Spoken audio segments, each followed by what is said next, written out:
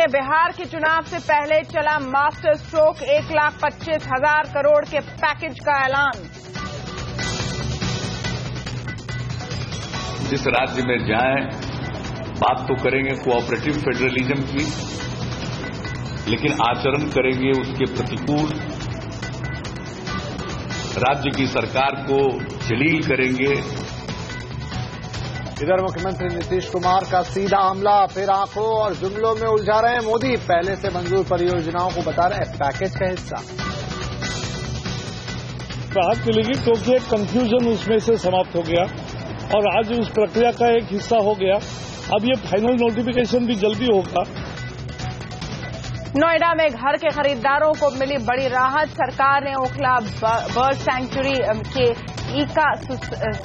Eco sensitive zone का draft मंजूर किया। 1 हफ्ते में जारी होगा notification. Hopefully the impact of inflation being under control is a factor which I am sure the central bank with all its wisdom will also take note of. वित्त मंत्री को रिजर्व बैंक से दरों में कटौती की उम्मीद। गिरती महंगाई से रेट कट की गुंजाइश बढ़ी। कॉल ड्रॉप पर शुरू हुई तकरार। कल कंपनियों ने सरकार पर फोड़ा ठीकरा। आज सरकार ने कहा कंपनियां नहीं उठा रही हैं पर्याप्त कदम। नहीं रुके कॉल ड्रॉप तो पेनल्टी से पीछे नहीं। निचले स्तर से रिकवरी के बावजूद गिरावट के साथ बंद हुआ बाजार। चीन के बाजारों में गिरावट से दबाव, लेकिन मिड कैप शेयरों में मजबूती कायम।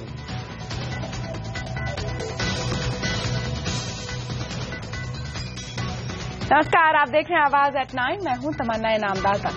नमस्कार, आपके साथ मैं हूं विपिन भट्ट। आगे बढ़े उससे पहले कुछ और हेडलाइंस। घरेलू स्टार्टअप्स को बढ़ावा देने के लिए सिडबी ने लॉन्च किया 2,000 करोड़ रुपए का फंड। वित्त राज्य मंत्री जयंत सिन्हा ने कहा स्टार्टअप्स के लिए घरेलू फंडिंग बढ़ाने की जरूरत। नेस्ले मामले में बॉम्बे हाई कोर्ट के फैसले के खिलाफ अपील पर सरकार के बीच मतभेद। 1-2 दिन में हो सकता है अंतिम फैसला। सीएनबीसी आवाज एक्सक्लूसिव। Xiaomi के बाद लेनोवो भी देश में बनाएगी मोबाइल। कंपनी के चेन्नई प्लांट में बनेंगे मोटो ई और K3 नोट का होगा प्रोडक्शन। सीएनबीसी आवाज ने उत्तर प्रदेश को दिए 2 ट्रैवल अवार्ड। आवाज संपादक संजय पुगलिया ने यूपी के मुख्यमंत्री अखिलेश यादव को दिया सम्मान। अखिलेश ने आवाज को कहा शुक्रिया।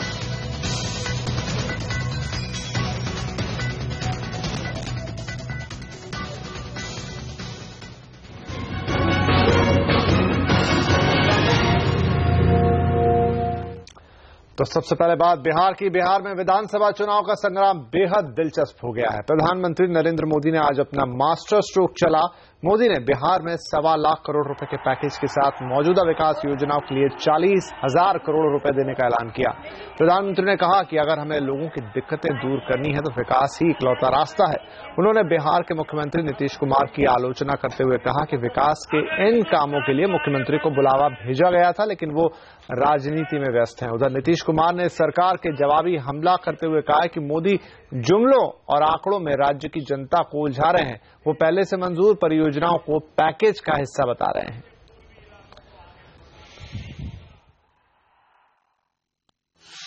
दिल्ली सरकार 1.25 लाख करोड़ रुपये का 1.25 लाख करोड़ रुपया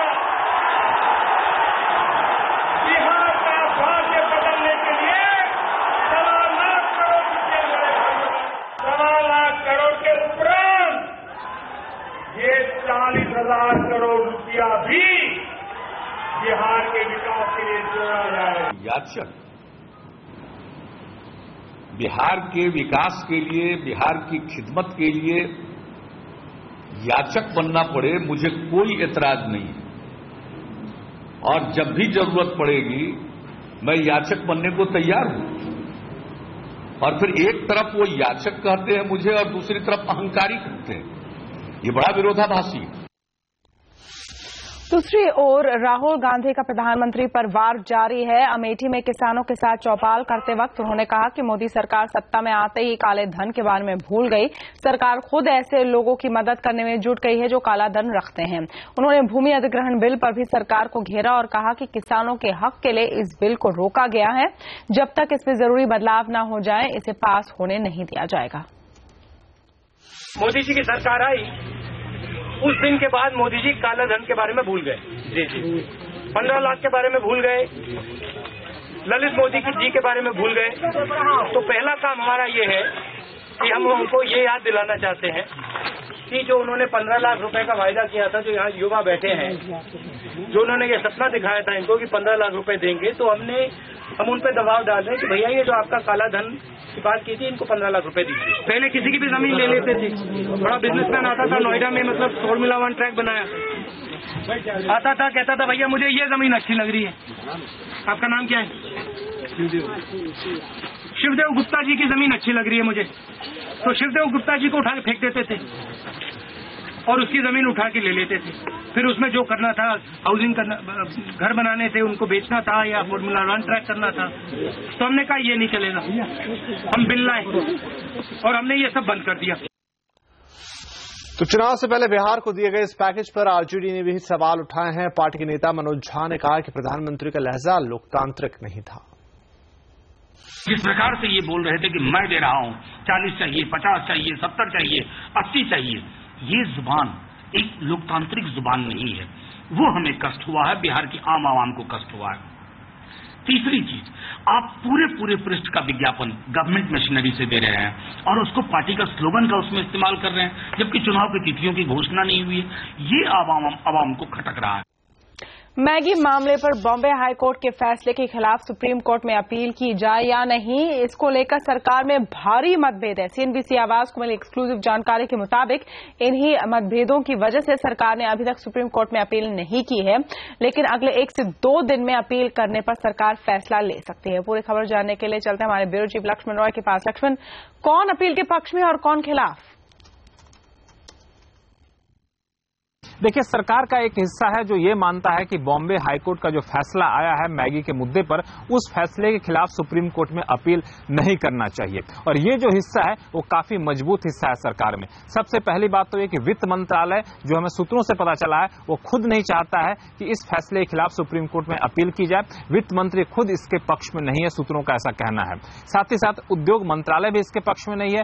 फूड प्रोसेसिंग मंत्रालय तो खुलकर इसकी आलोचना कर चुका है और बोल चुका है कि बॉम्बे हाईकोर्ट के फैसले के सरकार को अपील नहीं करना चाहिए। और इन सब के पीछे दलील एक है। दलील यह है कि जो एफएसएसआई ने फैसला लिया था मैगी पर पाबंदी के लिए, उस फैसले की वजह से निवेश का माहौल काफी ज्यादा खराब हो गया है। फूड प्रोसेसिंग इंडस्ट्री में जो ग्रोथ रेट देखने को मिला था वो सुस्त हो गया है, उसमें निवेश धीमा पड़ गया है। और यही वजह है कि अब जो भी राहत बॉम्बे हाईकोर्ट से मिली है नेस्ले को, उस राहत पर फिर से दोबारा पानी नहीं फेरना चाहिए। दूसरा एक पक्ष है जिसका कहना है कि नहीं, बॉम्बे हाईकोर्ट के फैसले के खिलाफ सुप्रीम कोर्ट में जाना चाहिए। और जाने के पक्ष में जो विभाग है वो है स्वास्थ्य मंत्रालय और एफएसएसआई। इसके पीछे दलील ये दी जा रही है कि उनका फैसला सही था मैगी पर पाबंदी लगाने के लिए, और मैगी ने अपने सारे पुराने जो प्रोडक्ट थे उसको नष्ट कर दिए हैं। और ऐसे में उस जो बॉम्बे हाईकोर्ट का फैसला है उसके आधार पर फिर से सबूत जुटा पाना मुश्किल होगा, क्योंकि नए सैंपल भेजे जाएंगे लैब में, नए सैंपल में लेड की मात्रा ज्यादा होगी, ये कहना मुश्किल है। और शायद यही वजह है अपने सबूत को ज्यादा पुख्ता करने के लिए एफएसएसआई ने बॉम्बे हाईकोर्ट के फैसले से एक दिन पहले ही लखनऊ में बड़ी मात्रा में मैगी जब्त कर ली थी, ताकि जरूरत पड़ने पर एक ठोस सबूत पेश किया जा सके। बिल्कुल, शुक्रिया लक्ष्मण सारे डिटेल्स के लिए। यहाँ पर एक छोटा सा ब्रेक लेंगे। ब्रेक के बाद कॉल ड्रॉप पर सख्त हुई सरकार।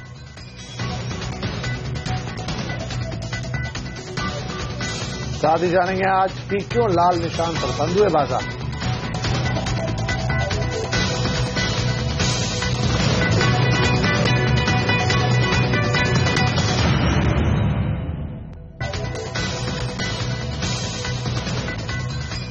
बाजार में आज निचले स्तरों से रिकवरी तो लौटी, लेकिन गिरावट के साथ ही बाजार बंद हुए। चीन के बाजार से आज घरेलू बाजार में भी दबाव दिखा। सेंसेक्स निफ्टी दोनों लाल निशान में बंद हुए। हालांकि मिड कैप शेयरों में आज भी मजबूती कायम रही। बाजार का पूरा अपडेट अब जानते हैं आवाज के मार्केट डायरेक्टर अनिल सिंह से। कल की तरह आज भी भारतीय बाजारों में काफी उतार चढ़ाव के साथ कारोबार होता हुआ नजर आया।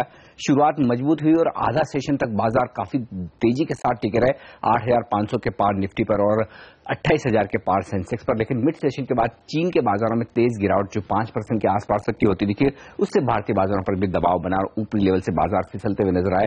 फाइनली लाल निशान के साथ बंद हुए। बैंक निफ्टी ने ज्यादा तेज गिरावट दिखाई मिड कैप और स्मॉल कैप शेयरों में, लेकिन खरीदारी का रुझान आज भी बरकरार रहा। हालांकि बंद होते होते थोड़ी सी कमजोरी बैंक निफ्टी में 1/4% की रही और मिड कैप शेयर 0.5% मजबूती के साथ बंद हुए। तो ब्रॉडर मार्केट में खरीदारी का माहौल था और यही वजह थी कि बढ़ने और गिरने वाले शेयरों की तादाद में आज फिर से बढ़ने वाले शेयर ज्यादा थे। अगर आप देखें तो आईटी शेयरों से आज मजबूती आती हुई दिखी। इन्फोसिस की कल एनालिस्ट मीट के बाद एक अच्छी तेजी का रुझान बनता हुआ दिखा। बार्कलेस ने यहां पर खरीदारी की राय दी। 2% ऊपर ये स्टॉक था। टेक महिंद्रा, टीसीएस भी बढ़े, लेकिन मिड कैप आईटी शेयरों में बड़ी तेजी दिखी। टाटा एलेक्सी जैसे शेयरों में, मैस्टेक में, मारुति, एमएनएम, अशोक लेलैंड, ये सारे ऑटो शेयर आज बड़ी तेज रफ्तार में थे। वहीं ऑयल मार्केटिंग कंपनियों के शेयरों ने करेक्शन पूरा करके आज फिर से खरीदारी दिखाई। एचपीबीपी, आईओसी दमदार तेजी के साथ बंद होते हुए दिखे। कॉफी और रबर प्लांटेशन और प्रोसेसिंग में 100% एफडीआई की बात हो सकती है। इस पर डीआईपीपी ने एक नोट बनाया। इस खबर के बाद ये सारे स्टॉक्स आज तेजी के साथ ऊपर बढ़ते हुए नजर आए। लेकिन फार्मा शेयरों से दबाव आज फिर बना। सिप्ला फिर से कमजोर हुआ, आज 3%। ल्यूपिन सन में भी आज बिकवाली का दबाव था। वहीं ऑयल एंड गैस स्पेस के दिग्गजों में गेल, ओएनजीसी और केन में आज फिर से मुनाफा वसूली हावी हुई। निफ्टी पर चढ़ने वाले शेयरों पर Tata steel, IndusInd bank, SBI और अल्ट्राटेक थे। वहीं कमजोर शेयरों का अगर जिक्र करें तो कोल इंडिया, एनएमडीसी, कोटक और हिंडाल्को में नुकसान देखा गया। बड़े सौदे होते दिखे तमिलनाडु पेट्रो में आज के सेशन में। वहीं कल के सेशन में गुजरात पिपावाव और विवीमेड में कुछ फंड्स की तरफ से खरीदारी की खबरों के बाद ये दोनों ही स्टॉक तेजी से चढ़ते हुए दिखे। खबरों के दम पर एक्शन दिखा सन टीवी में, जहां सुप्रीम कोर्ट में जाएगी सरकार हाई कोर्ट के आदेश के खिलाफ, जो कि सन टीवी के फेवर में आया था। स्टॉक 5% फिसला। मैस्टेक की ग्रुप कंपनी मेजेस्को कल लिस्ट होने वाली है और उसके पहले स्टॉक आज 18% ऊपर चढ़ा। और आयशर मोटर्स नॉर्थ अमेरिका में अपनी सब्सिडरी बना रही है और वहां पर सीधे तौर पर मार्केटिंग करेगी। इस खबर के बाद स्टॉक 1.5% की मजबूती के साथ बंद हुआ। एक्सिस म्यूचुअल फंड के पंकज मुरारका का कहना है कि अभी बाजार में मीडियम अवधि के निवेशकों के लिए अच्छा मौका है। रिकवरी के बाद निवेशकों को काफी फायदा मिलेगा। I think that if investors have a medium-term time horizon, which is more like 1 to 2 years, then the returns outlook from equity still remains good because हमारी इकोनॉमी जो है वो अभी भी एक रिकवरी मोड में है और रिकवरी पूरी तरह से आई नहीं है। जैसे जैसे इकोनॉमी में सुधार होगा तो कॉर्पोरेट प्रॉफिट्स काफी अच्छे ग्रोथ दिखाएंगे और उनकी वजह से मार्केट्स में या equities as an asset class में काफी पॉजिटिव रिटर्न्स रहने चाहिए आगे जाकर। और मार्केट एक्सपर्ट निपुण मेहता का मानना है कि इन दिनों जो ग्लोबल हालत चल रही है उसका भारतीय बाजारों पर मिला जुला असर हुआ है। जो ग्लोबल टर्मोइल है उसमें at the same time positive triggers ही आए हैं, at least as far as the domestic economy is concern. Whether oil के प्राइसेस देखें उसकी वजह से जो बेनिफिट्स हो रहे हैं या फिर लोअर कमोडिटी प्राइसेस हैं, उसमें लोअर कमोडिटी प्राइसेस की वजह से जो प्रॉफिटेबिलिटी हमने देखी है जून क्वार्टर में, यही एक पॉजिटिव है। इससे एक नेगेटिव इम्पैक्ट जरूर आया है in terms of global demand, जो कुछ हद तक लैकिंग है China, lack of China demand की वजह से या फिर in certain sectors China dumping की वजह से। लेकिन clearly I think positive impact domestic earnings पे इसका जरूर आया है और यही हमने जून क्वार्टर अर्निंग्स में भी देखा। मूडीज ने भारत की जीडीपी ग्रोथ के अनुमान को घटा दिया है। कमजोर मानसून के चलते मूडीज ने यह कदम उठाया है। मूडीज ने 2015 के लिए भारत का जीडीपी अनुमान घटाकर 7% कर दिया है, लेकिन साल 2016 के लिए अनुमान को 7.5% के स्तर पर रखा है। मूडी का मानना है कि आगे रिफॉर्म की रफ्तार तेज होने से आर्थिक हालात में भी सुधार देखने को मिलेगा। खासतौर से कमोडिटी के दाम घटने से ग्रोथ बढ़ने की उम्मीद जताई गई है। मूडीज का अनुमान है कि महंगाई आरबीआई के जरिए तय किए गए दायरे में ही रहेगी। We looked at how the recovery in economic growth was proceeding, and this was a recovery that we had expected would strengthen by about this time.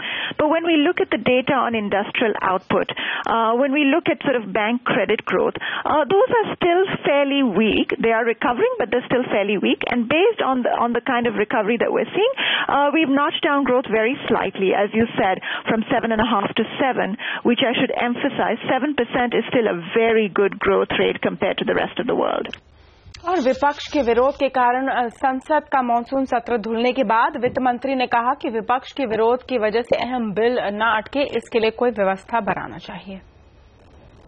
To find out the constitutional or at least as a matter of precedent, a conventional answer to this problem.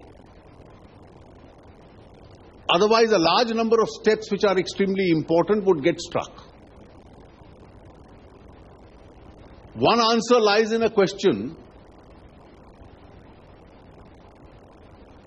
that if this stalemate or traffic jam remains, a lot of ordinary legislations would then have to be framed as money bills. वित्त मंत्री ने एक बार फिर दरों में कटौती की वकालत करते हुए कहा कि देश भर में मानसून अब तक लगभग ठीक ठाक रहा है, महंगाई में भी कमी आ रही है, जिसे देखते हुए आरबीआई को दरों में कटौती पर विचार करना चाहिए। We are expecting a good harvest. On the manufacturing front, 1/3 of the year is over till July. And indirect tax revenues, which are a good indication, because 4 consecutive months is not a patchy indication, it indicates a trend, have been reasonably good.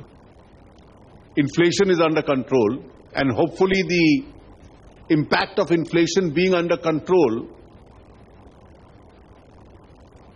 is a factor which I am sure the central bank with all its wisdom will also take note of.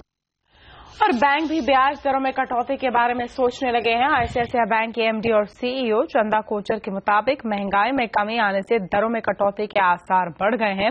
उनके मुताबिक cost of fund कम हुआ तो दरें घटने की पूरी गुंजाइश होगी। हालांकि दरें कब तक घटेंगी इस पर फिलहाल कुछ नहीं कहा जा सकता। The inflation is really coming under control. So overall, we are moving towards a softening interest rate environment. Specifically about our rates, we were the first bank to actually start the cut on the base rates. And clearly, I think a lot of transmission has happened. Not only were we the first ones to cut the rates, we actually cut them by a much larger amount before any other bank had cut. And I think gradually, as the cost of funds keep going down, you would see interest rates coming down. So I think directionally, I can definitely mention that we are in a softening environment. When and how much is not something that we can say. और startups को सरकार की तरफ से double तोहफा। पूरी खबर देखिए इस ब्रेक के बाद। साथ ही ब्रेक के बाद वित्त राज्य मंत्री जयंत सिन्हा से सीएनबीसी आवाज की एक्सक्लूसिव बातचीत।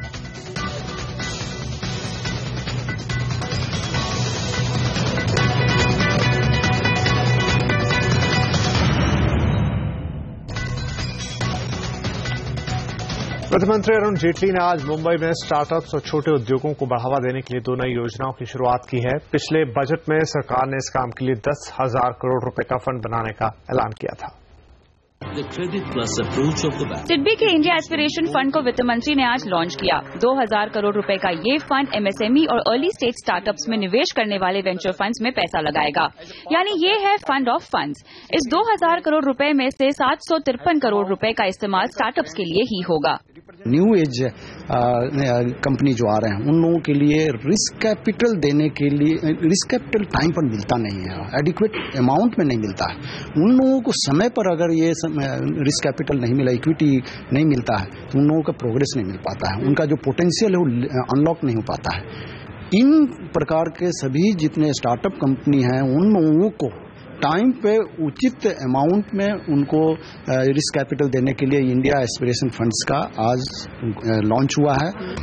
लॉन्च के साथ ही इस नए फंड ने वेंचर फंड्स में पैसा लगाने की शुरुआत भी कर दी है। पहले दौर में ब्लूम वेंचर्स को 30 करोड़ रुपए, कार्ब डीएम कैपिटल को 20 करोड़ और ओ एनर्जी के फाउंडर पीयूष जाजू को 50 लाख रुपए दिए गए हैं। ये बहुत बड़ी चीज है क्योंकि इंडिया में ज्यादा इंस्टीट्यूशनल कैपिटल अवेलेबल नहीं होता है और इंडिविजुअल से जाके पिकअप करना विदाउट एन एंकर इन्वेस्टर बहुत लंबी एक्सरसाइज है। सो ये जो पुश मिलेगी, they are willing to give up to 25%, तो 25% अगर एक ही सोर्स से आए तो काफी लेग अप मिलती है to be able to go raise the बाकी 75%। इस मौके पर मेक इन इंडिया को बढ़ावा देने के लिए 10,000 करोड़ रुपए की स्मॉल एंटरप्राइज स्कीम भी शुरू की गई है। इस स्कीम में छोटे उद्यमियों को बढ़ावा देने के लिए सॉफ्ट लोन देने का इंतजाम किया गया है। इस मौके पर सेबी चेयरमैन यूके सिन्हा ने कहा है कि सेबी ने स्टार्टअप्स के लिए शेयर बाजार में लिस्टिंग का रास्ता आसान बना दिया है, लेकिन उन्होंने कहा कि वेंचर कैपिटल की अहमियत को समझना जरूरी है, जिनका निवेश साल दर साल बढ़ रहा है। हर्षदा सावंत, मुंबई। सिडबी के फंड ऑफ फंड के लॉन्च के मौके पर वित्त राज्य मंत्री जयंत सिन्हा ने सीएनबीसी आवाज के साथ एक्सक्लूसिव बातचीत में कहा कि अभी ज्यादातर वेंचर कैपिटल विदेशों से आ रहे हैं, इसलिए हमें घरेलू वेंचर कैपिटल इंडस्ट्री खड़ा करने पर जोर देना चाहिए। समय से आप इनफैक्ट इसको परसू कर रहे थे, कितना अहम है स्टार्टअप इंडिया और या जो स्टैंड अप इंडिया का नारा नरेंद्र मोदी जी ने लगाया उसको परसू करने के लिए ये fund of funds smile programme.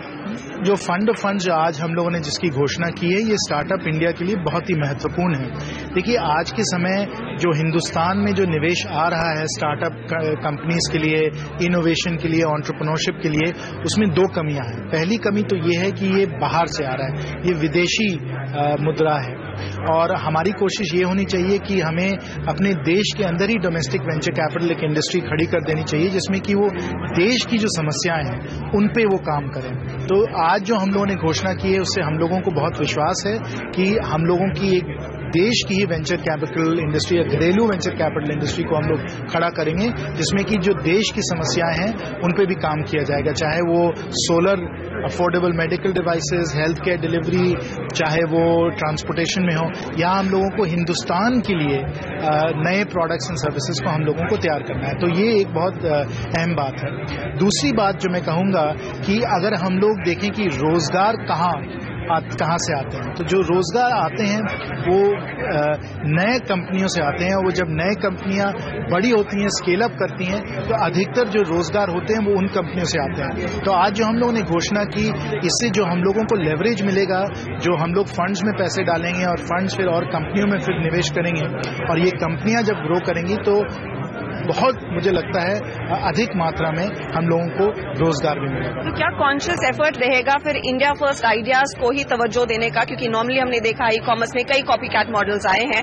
जहां पर काफी विदेशी पैसा लगा है। जी बिल्कुल, आप सही कह रही हैं। हमारी कोशिश ये होगी कि हम लोग इस फंड ऑफ फंड्स के माध्यम से और जो फंड जिसमें हम लोग इन्वेस्ट कर रहे हैं कि हम लोग ऐसे सेक्टर्स में जाएं जहां इस समय पैसा नहीं जा रहा है। जहां पैसा जा रहा है वहां और निवेश करने की जरूरत नहीं है और वहां रिटर्न्स भी अच्छे नहीं होते हैं। इसलिए जब आपको पैसा बनाना होता है, रिटर्न्स बनाने होते हैं, आप वहां जाइए जहां कोई और नहीं है और वहीं आपको जाकर अच्छे रिटर्न्स मिलेंगे। 2000 करोड़ के साथ शुरुआत हुई है, क्या आप हर साल फिर एक फिगर या मार्क करेंगे फंड ऑफ फंड्स के लिए स्पेशली? देखिए आज हम लोगों ने घोषणा ये की कि ऐसा नहीं है कि जो पैसे हैं वो सीमित हैं, ये इस पे निर्भर है कि हमारे पास कितने अच्छे फंड्स आते हैं, कितने अच्छे एंटरप्रेन्योर्स आते हैं। अगर अच्छे एंटरप्रेन्योर्स आ रहे हैं और अच्छे फंड्स आ रहे हैं तो पैसे की कोई कमी नहीं होती। बैंकिंग सेक्टर तेजी से हाईटेक होता जा रहा है। पब्लिक हो या प्राइवेट बैंक, कोई भी इस रेस में पीछे नहीं है। अब आईसीआईसीआई बैंक के इस नए लॉकर को ही देख लीजिए। बैंक का दावा है कि इसमें आप अपने पैसे और ज्वेलरी रखकर चैन की नींद सो सकेंगे, क्योंकि इस नए लॉकर में बैंक ने रोबोटिक टेक्नोलॉजी का इस्तेमाल किया, यानी पैसे निकालने के लिए आपको इसमें बायोमेट्रिक आइडेंटिफिकेशन या डेबिट कार्ड का इस्तेमाल करना होगा। और डिजिटल बैंकिंग की तरफ एसबीआई ने एक और कदम बढ़ाया है। स्टेट बैंक ऑफ इंडिया ने मोबाइल ई वॉलेट एसबीआई बडी लॉन्च कर दिया है। एसबीआई का एम वॉलेट बैंक के मौजूदा कस्टमर्स के अलावा गैर एसबीआई कस्टमर्स के लिए भी उपलब्ध होगा। 13 भाषाओं में इस वॉलेट को तैयार किया गया है। एसबीआई बडी से आप आसानी से ऑनलाइन शॉपिंग कर सकते हैं, साथ ही ट्रैवल, होटल्स की भी बुकिंग हो सकेगी। बैंक ने कई एक्सचेंज और मास्टर कार्ड के साथ टाई अप भी किया है। आईसीआईसीआई बैंक के पॉकेट और एचडीएफसी बैंक के ऐप्स के साथ इसका मुकाबला होगा।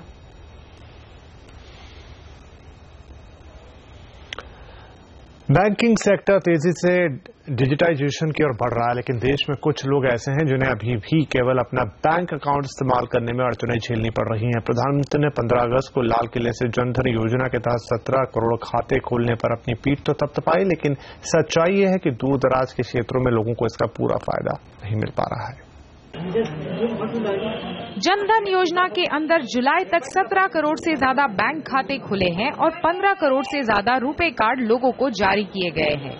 लेकिन गांव में इन खातों का इस्तेमाल करने में बड़ी अड़चन है। बैंकिंग सर्विसेज का कम से कम 20 किलोमीटर दूर होना। ऐसे में सरकार ने बैंकिंग सर्विसेज को गांव-गांव पहुंचाने के लिए पॉइंट ऑफ सेल यानी POS मशीनें लगाने का फैसला किया है। इस काम के लिए सबसे पहले चुना गया है देश की दिग्गज पेमेंट सोल्यूशन कंपनी ऑक्सीजन को। 1,30,000 एक्सेस पॉइंट हैं, जिसमें से काफी एक्सेस पॉइंट विलेजेस में हैं। वो आगे जैसे मैंने कहा था अगले 2-3 सालों में जैसे जनधन योजना को ऑपरेट करना होगा और कैश आउट का प्रोविजन अवेलेबल हो जाएगा हमें, तो हम इनको बहुत तेजी से रूरल एरियाज में बढ़ा सकते हैं। टोटल 1,30,000 है, उसमें से रूरल एरिया में भी हमारे करीब 50-60 हजार फुटप्रिंट है। इन पॉइंट ऑफ सेल मशीन से पैसे निकाले भी जा सकते हैं और जमा भी किए जा सकते हैं। इनमें बायोमेट्रिक स्कैनर्स है और ये आधार कार्ड से सिंक्ड भी है। ये मशीन्स ऐसी जगह लगाई जा रही है जहां बैंकिंग सर्विसेज की जानकारी देने के लिए कोई दुकानदार या बैंक मित्र मौजूद होगा। लोगों को इससे किए गए बैंकिंग ट्रांजैक्शन की रसीद भी दी जाती है। इसकी उपयोगिता को देखते हुए बैंक भी इसे अच्छी पहल मान रहे हैं। 2.2 लाख मशीन्स ऑलरेडी बढ़ चुके हैं। ये खाली हमारी बैंक की है, सारे बैंक्स लगा रहे हैं। तो इससे हमको लगता है कि आपको साल भर में जितने भी जगह हो वहाँ पे मशीन्स पहुँच जाएगी। पॉस मशीन्स अभी ऑलरेडी हैं, बहुत जगह में है।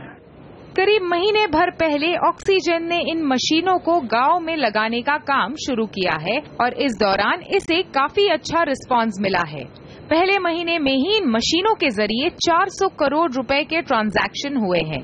ऑक्सीजन का लक्ष्य इस साल के अंत तक इसे बढ़ाकर 600 से 700 करोड़ रुपए करने का है। हालांकि सरकार हर गांव में पॉस मशीन लगाने की कोशिश में जुटी है, लेकिन ये काफी हद तक इस बात पर निर्भर करता है कि दुकानदार इस मशीन को कितना बढ़ावा देते हैं और लोग कैश छोड़कर किस तरीके से इस मशीन को अपनाते हैं। ईशा शर्मा, दिल्ली। और ब्रेक के बाद आपको बताएंगे लंबे वक्त के बाद नोएडा के फ्लैट मालिकों को मिली खुशखबरी और यूपी को मिले 2 अहम CNBC आवास ट्रैवल अवार्ड्स। पूरी खबर इस ब्रेक के बाद।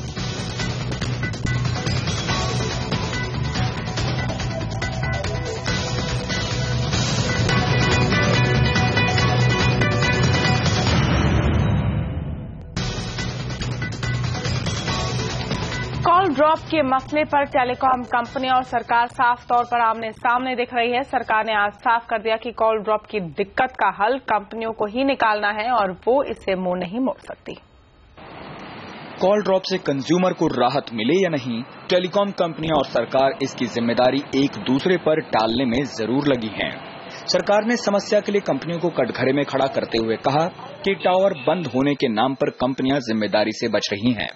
टेलीकॉम मंत्रालय के मुताबिक पिछले 6-7 महीनों के दौरान कॉल ड्रॉप की समस्या कुछ इलाकों में तय मानकों से ज्यादा खराब हुई है और इससे निपटने के लिए कंपनियों ने कोई ठोस कदम नहीं उठाए।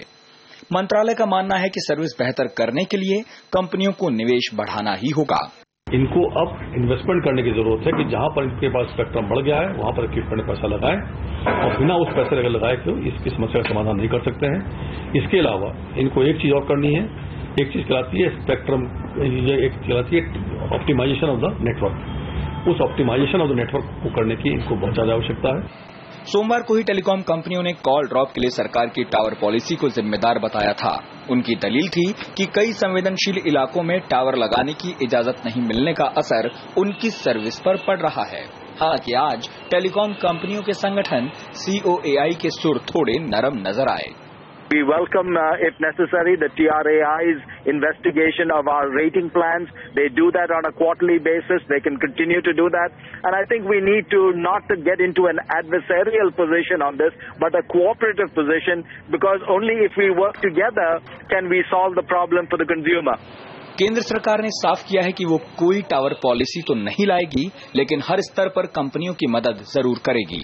मिसाल के लिए दिल्ली में सरकारी इमारतों में टावर लगाने की इजाजत दी गई है, जिसके बाद यहां कॉल ड्रॉप की समस्या कम हो सकती है। दीपक साहू, दिल्ली। नोएडा में घर खरीदारों के लिए आज एक बड़ी राहत की खबर आई है। पर्यावरण मंत्रालय ने आज ओखला बर्ड सेंचुरी से जुड़े मामले में आखिरी फैसला ले लिया है। नेशनल वाइल्ड लाइफ बोर्ड ने ओखला बर्ड सेंचुरी के आसपास इको सेंसिटिव जोन के एरिया को कम करने की ड्राफ्ट नोटिफिकेशन को मंजूरी दे दी है। दिल्ली एनसीआर के हजारों घर खरीदारों के रास्ते की आखिरी अड़चन अब खत्म हो गई है। नेशनल वाइल्ड लाइफ बोर्ड यानी NBWL ने सरकार के उस ड्राफ्ट नोटिफिकेशन पर अपनी मोहर लगा दी है जिसमें ओखला बर्ड सेंचुरी के आसपास के 1 किलोमीटर तक के एरिया को इको सेंसिटिव जोन घोषित किया जाएगा। पहले एनजीटी के आदेश की वजह से आसपास के 10 किलोमीटर एरिया में किसी भी तरह के निर्माण पर रोक लगी थी।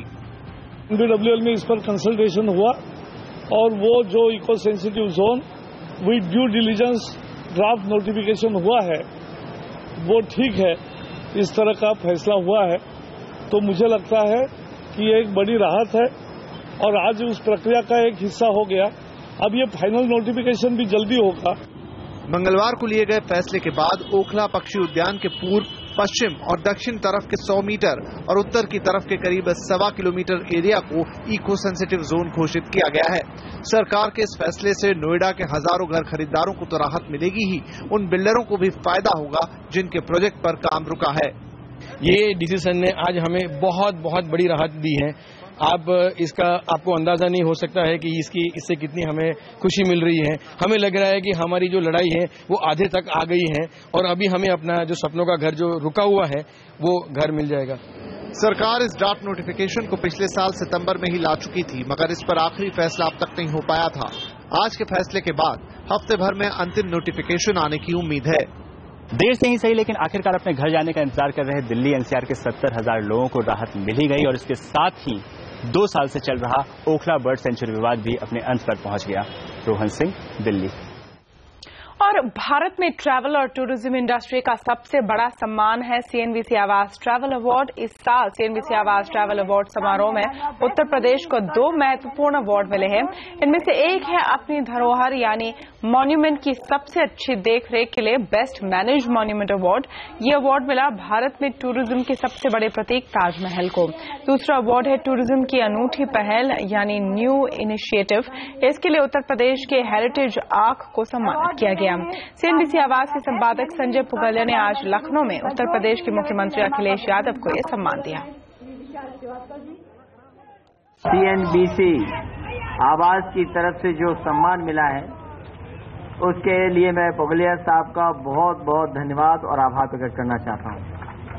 जहां तक टूरिज्म की बात है, हमारे साथियों ने अखबारों में पढ़ा होगा कि इधर जब से सरकार ने काम करना शुरू किया है टूरिज्म में भी बढ़ोतरी हुई है और बड़ी संख्या में लोग आपके प्रदेश में आ रहे हैं। आप लोग बहुत आगे की चीजें सोच रहे हैं। हेरिटेज आर्क जबरदस्त आइडिया है। या ताजमहल के बारे में हम हमेशा ये कहते हैं कि आगरा में आप लोगों को कैसे नाइट स्टे के लिए रोक लें और टूरिज्म डॉलर उससे कितना ज्यादा बढ़ेगा। आप लोग उस स्कीम पर आपकी पूरी पर्यटन की टीम जो है काम कर रही है। तो मुझे लगता है कि सबसे ज्यादा शहर यूपी में है और यूपी में जो पर्यटन की संभावनाएं हैं वो पूरे देश की करीब आधी अकेले एक राज्य में है। और ब्रेक के बाद जानेंगे इनोवेशन फेस्टिवल से कैसे बढ़ेगा देश में इनोवेशन। साथ ही ईबे ने स्नैपडील में बेची अपने हिस्सेदारी। देखिए पूरी खबर इस ब्रेक के बाद।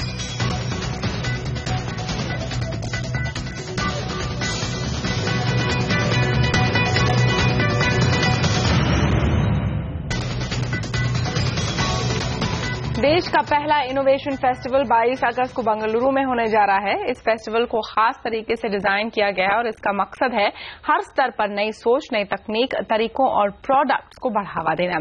ये फेस्टिवल कैसे बढ़ाएगा देश का इनोवेशन कोशेंट, इस पर बात करने के लिए आईस्पिरिट फाउंडेशन के फेलो और important.com के को फाउंडर संदीप टोडी हमारे साथ हैं।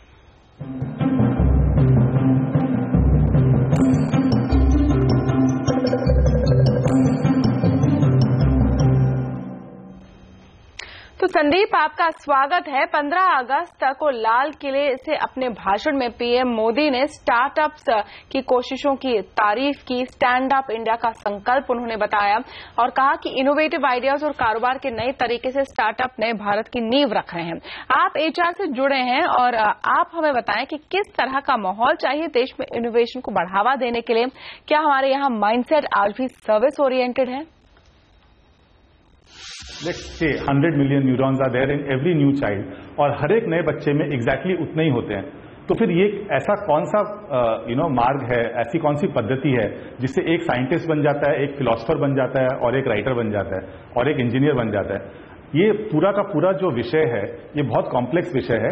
हाँ, इसमें ये जरूर है कि हमारा जो एजुकेशन सिस्टम है या जो गवर्नमेंट की तरफ से जो भी पॉलिसीज या स्कीम्स लाई जाती है, इससे लोगों को प्रोत्साहन जरूर मिलेगा। ये अपने आप में काफी नहीं है, लेकिन डेफिनेटली इसमें बहुत ज्यादा अभी और सबको करने की जरूरत है। इंडस्ट्री को, गवर्नमेंट को, इंस्टीट्यूशंस, कॉलेजेस, सबको इसमें योगदान करने की जरूरत है। जब तक पूरे नेशनल लेवल पे इसका एक अवेयरनेस क्रिएट नहीं होता है कि हमें इनोवेशन को एनकरेज करना है, क्योंकि यही देश का फ्यूचर है। आज हम 6-7% ग्रोथ से कैसे बाहर आएंगे, ये मुमकिन ही नहीं है अगर आप नए प्रोडक्ट्स क्रिएट नहीं करते हो, अगर आप ऐसा चीज क्रिएट नहीं करते हो जो कि एक ग्लोबल लेवल पे, ग्लोबल स्केल पे आप सेल कर सकते हो, लोग उसको अडॉप्ट करेंगे, पसंद करेंगे, तो आप कहीं भी किसी भी तरीके से आप इस मिडिल लेवल ग्रोथ से बाहर नहीं आ सकते हैं। और इनोवेशन के बारे में एक और बहुत खास बात है, ये एक जर्नी है, ये एक डेस्टिनेशन नहीं है। ऐसा नहीं है कि आपने इनोवेशन करके एक चीज बना ली और उसके बाद आप उसके ऊपर काफी सालों तक आप कह सकते हो।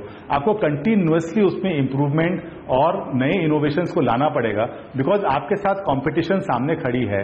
चाइना आज के तारीख में हर कोई चीज तो जो बनाता है उससे और बेहतर बना सकता है। तो आप आगे अगर रहना चाहते हो तो आपको कंटिन्यूअसली इनोवेशन के स्तर पर रहना पड़ेगा। जी संदीप, 22 अगस्त से होने वाले इस इनोफेस्ट का आइडिया किस तरह से आया, ये स्टार्टअप्स को आगे बढ़ाने में क्या लगता है आपको कैसे मदद करेगा?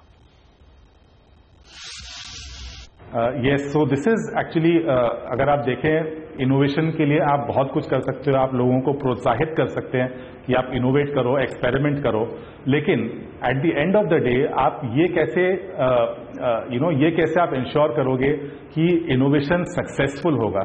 तो to borrow a phrase from one of my colleagues जो भी इसके लिए इनोफेस्ट के लिए वॉलंटियर कर रहे हैं, we are aiming to turn ideas into invoices. अब इसका मतलब क्या है? आइडिया तो आपके पास बहुत सारे आ सकते हैं और आप कुछ बना भी सकते हो, लेकिन आप उससे एक बिजनेस क्या क्रिएट कर सकते हो? Can you turn your idea into an invoice? This is what we are trying Innofest में, ताकि आइडियाज को हम सामने लेके आएं और उनको आगे का एक मार्गदर्शन भी हो कि इसको सक्सेसफुल कैसे बनाया जाए।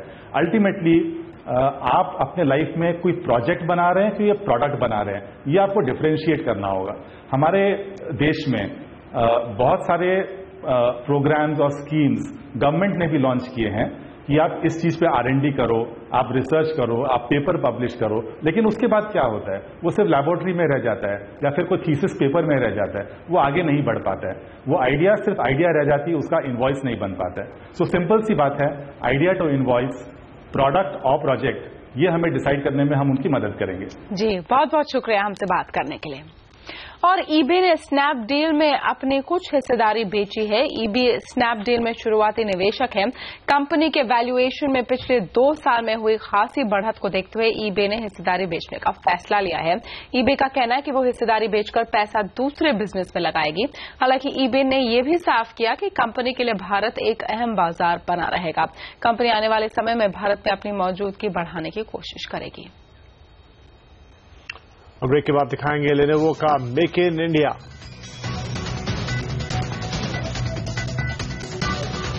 हवाई टिकट महंगे हैं, ट्रेन के टिकट मिल नहीं रहे हैं। आने वाले त्योहारों में कैसे जाएं आप घर, बताएंगे इस ब्रेक के बाद।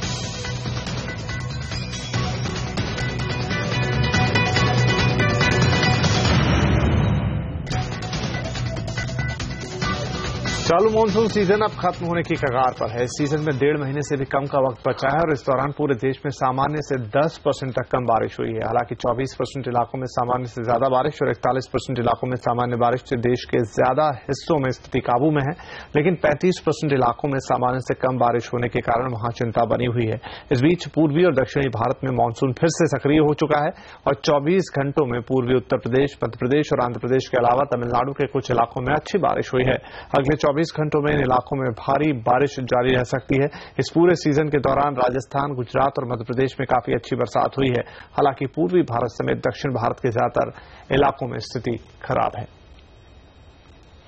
भारतीय मौसम विभाग के मुताबिक सिर्फ हिमालय से लगे इलाकों में बारिश हो रही है, साथ ही कुछ दक्षिण भारत के इलाकों में भी स्थिति सुधरने की उम्मीद है, लेकिन इस महीने भी मानसून का स्तर पूरे देश में सामान्य से करीब 15% तक कम रह सकता है।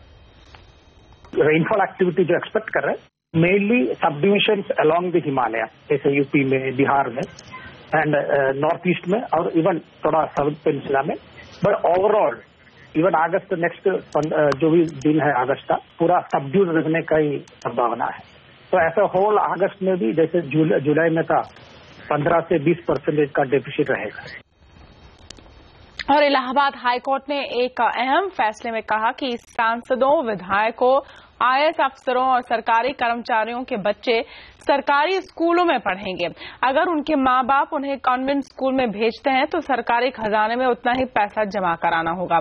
मुख्य सचिव को दिए आदेश में इलाहाबाद हाईकोर्ट ने 6 महीने में व्यवस्था लागू करने का आदेश दिया है। हाईकोर्ट ने प्रदेश में सरकारी स्कूलों की खस्ता हालत के मद्देनजर ये फैसला सुनाया है। पाकिस्तान के साथ कारोबार करने वाले भारतीय व्यापारियों को जल्दी ही अच्छी खबर मिल सकती है। पाकिस्तान हाई कमीशन में ट्रेड मिनिस्टर मोहम्मद इरफान तरार ने बताया कि भारत को नॉन डिस्क्रिमिनेटरी मार्केट एक्सेस यानी एनडीएमए का दर्जा देने पर सैद्धांतिक मंजूरी मिल गई है और जल्द ही इसका औपचारिक ऐलान किया जाएगा। यह दर्जा मिलने के बाद भारत और पाकिस्तान के कारोबारी रिश्ते और बेहतर हो सकेंगे। Trade is a very painstaking process, इस पे बहुत से फैसेट्स हैं, बेशुमार फैक्टर्स हैं इसके अंदर, बट हर तरह के हालात में ट्रेड चलता रहता है और जहाँ बिजनेसमैन को एक नज़र आता है profit, they go for it, और बहरहाल the greater the risk the greater the profits. Samsung और शाओमी के बाद एक और स्मार्टफोन कंपनी ने अब भारत में मैन्युफैक्चरिंग प्लांट की शुरुआत कर दी है। ये कंपनी है चीन की दिग्गज स्मार्टफोन मेकर लेनोवो। कंपनी अपनी चेन्नई के प्लांट में मोटो ई और लेनोवो K3 नोट स्मार्टफोन बनाएगी। विदेशी स्मार्टफोन कंपनियां प्रधानमंत्री नरेंद्र मोदी की मेक इन इंडिया योजना में बढ़ चढ़कर हिस्सा ले रही है। पिछली तिमाही में देश के स्मार्टफोन मार्केट में चौथे नंबर पर आने वाली कंपनी लेनोवो ने चेन्नई में श्रीपेरुम्बदूर इलाके में मैन्युफैक्चरिंग यूनिट की शुरुआत की है। इस यूनिट में 4G एनेबल्ड डिवाइसेस मोटो ई और लेनोवो K3 नोट की मैन्युफैक्चरिंग होगी। कंपनी का इरादा इस वित्त वर्ष के आखिर तक 60 लाख हैंडसेट का उत्पादन करने का है। दोनों मॉडल्स हमारे बहुत वॉल्यूम वाले मॉडल्स हैं, दोनों 4G मॉडल्स हैं, सो लेटेस्ट मॉडल्स हैं। जो नया मैन्युफैक्चरिंग सेटअप किया, हमने डिसाइड किया था कि लेटेस्ट मॉडल्स लाएंगे, ये नहीं कि पुराने मॉडल्स या लो कॉस्ट मॉडल्स लाएंगे। K3 नोट तो बहुत सक्सेसफुल हुई है, अभी 6 हफ्ते पहले ही लॉन्च किया है। लगभग 3 लाख फोन्स हमने बेचे हैं थ्रू फ्लिपकार्ट और ऑनलाइन पार्टनर, तो दोनों बहुत सक्सेसफुल मॉडल्स हैं। लेनोवो का चीन के बाद ये दूसरा ऐसा मैन्युफैक्चरिंग सेंटर है जहां मोटोरोला और लेनोवो दोनों ब्रांड के हैंडसेट बनाए जाएंगे। कंपनी के मुताबिक देश में स्मार्टफोन बनाए जाने का फायदा भारतीय स्मार्टफोन यूजर्स को जरूर मिलेगा। IDC के हाल ही में आए सर्वे के मुताबिक अगले कुछ सालों तक देश के स्मार्टफोन बाजार में डबल डिजिट ग्रोथ देखने को मिलेगी। यही वजह है कि विदेशी कंपनियां भारत को बड़े बिजनेस हब के तौर पर देख रही है। दीपाली नंदा, दिल्ली। इस फेस्टिव सीजन अगर आप अपने परिवार के साथ त्योहार मनाना चाहते हैं और अभी तक आपने ट्रेन या हवाई टिकट बुक नहीं किए हैं तो मुश्किल उठाने के लिए तैयार हो जाइए। एक तरफ जहां नियमित ट्रेनों में सीटें खत्म हो गई हैं, वही हवाई टिकट भी महंगे हो चले हैं। ऐसे में अब आपके पास क्या विकल्प बचते हैं, बता रही हैं हमारी संवाददाता दीपाली नंदा। दशहरा, छठ और दिवाली जैसे त्योहार भले ही अभी 2 महीने दूर हैं, लेकिन ट्रेन टिकट्स की मारामारी अभी से शुरू हो गई है। आलम यह है कि पटना, दरभंगा, कोलकाता और भागलपुर जाने वाली नियमित ट्रेनों में बुकिंग फुल है। खासतौर पर 18 अक्टूबर से 25 अक्टूबर और 8 नवंबर से 20 नवंबर तक जैसी तारीखों के बीच स्लीपर और थर्ड एसी में ज्यादातर ट्रेनों में बुकिंग बंद हो गई है।